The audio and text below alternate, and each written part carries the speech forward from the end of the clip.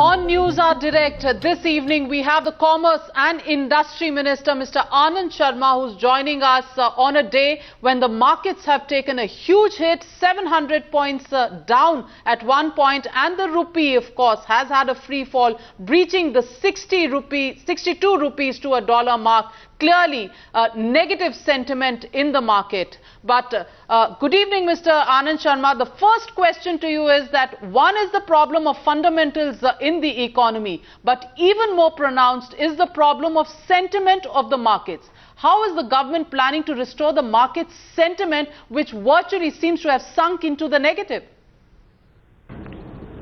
Well, market sentiment will improve when there are policies that get implemented on the ground. We have taken some major decisions to attract more FDI into the country. And if we do that, that will have a direct impact, not only on the current account deficit, but also on capacity creation, job creation, that will lift the market sentiment.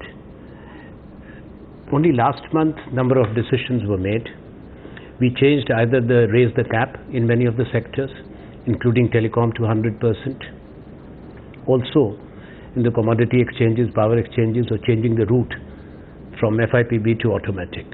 It will take time for investors to take their decisions. The message that we have sent that India has an abiding commitment to reforms and to liberalization. And we have a regime through our policies which is welcoming and supportive of foreign investments, because that is one important area to get foreign exchange into the country. The other two options, second is the FII, and third is the ECB, which in any case is borrowing, the external commercial borrowing. So nobody can dispute the fact that FDI route is the best route. And second area, of course, is to continue to endeavor to improve exports in a different global climate when there is a contraction in major markets. And it's a supply issue, not a demand side issue when it comes to trade.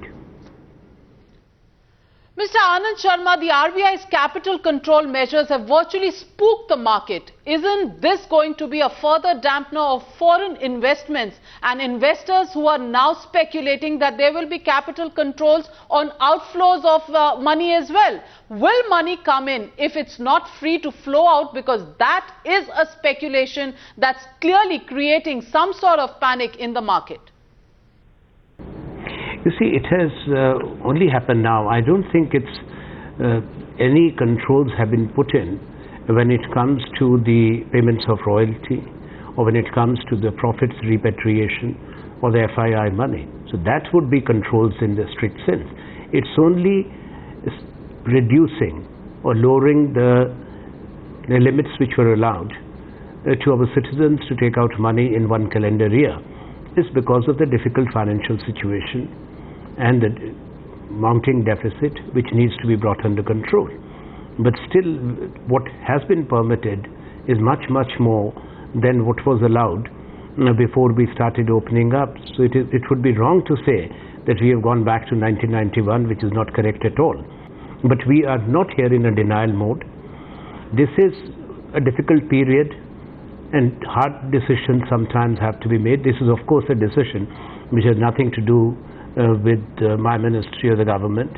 It's the Finance Ministry and the Reserve Bank of India looking at this particular issue when it comes to the volatility of the rupee and also on the capital issue.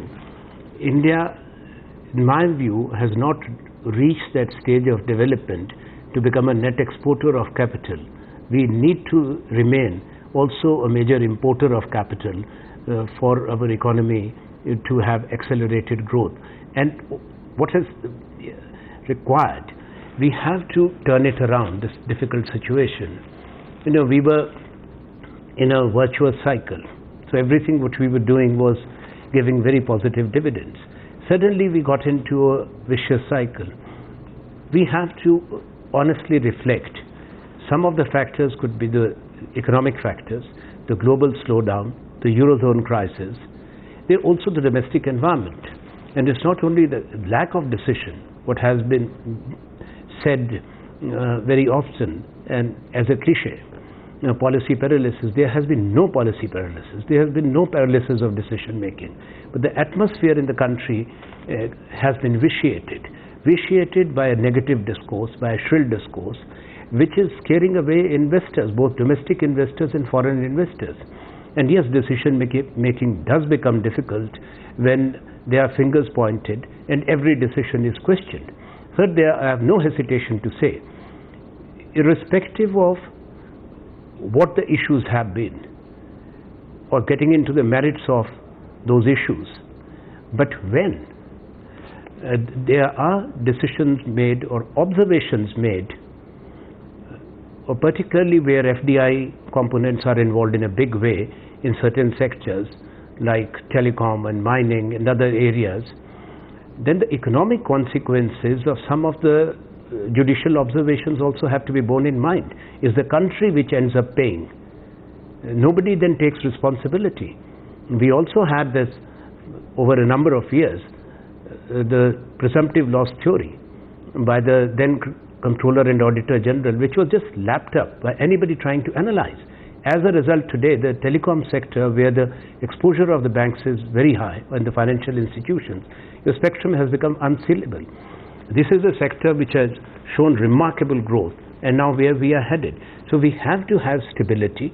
We have to ensure that the investors coming to India are fully reassured. That's an important point that you make, Mr. Anand Sharma. The fact is that it's all about confidence. It's all about the shrill discourse. You are blaming the Comptroller and Auditor General. But when we come to the question of confidence, it's the rupee fall that can have a negative impact on the economy and the markets, as we've seen today. But the real issue is also the impact on prices. Food inflation is already high. Onion tears are being felt by all. But the falling rupee also means a revision of petrol and diesel prices, which could be around the corner. Where do you think all of these decisions are going to take the economy and the Aam Aadmi, who's already feeling the pinch of the high prices? I'm not in a position to comment. I think the revision takes place as per the market determined prices, particularly in case of petrol and diesel. The kerosene and LPG have not been touched that much, but there is always a fluctuation or volatility in the petroleum prices, both oil and gas, and therefore they have to be adjusted. Sometimes these prices go higher if the global prices rule high, and sometimes the government has reduced them by 3 rupees, 2 rupees. So when it goes up by 80 paisa or 1 rupee or 2 rupees, then there is a lot of hue and cry. But when the prices are reduced by 4 rupees, 3 rupees for petrol and diesel, there is no acknowledgement even. The same leaders who have slammed the government for doing the right thing on this particular front, given the fact that the oil companies are PSUs, they do not have, kind of wells of cash or hard currency. They have to pay to buy oil or gas. They are bleeding. And the huge subsidies are involved. Now, one are sectors or sections of society which do need benefits of the subsidy. And that's where the targeted subsidy delivery is important, which will eventually happen once Aadhaar is fully functional. But otherwise, why should people having 4 SUVs be subsidized by the state at the cost of the poor people when the exchequer is burdened? This we fail to understand. There is no merit or logic in that, and that needs correction. Well, that was extremely candid of you, Mr. Anand Sharma. We appreciate your joining us here on Newshour Direct. Thank you very much, Mr. Anand Sharma.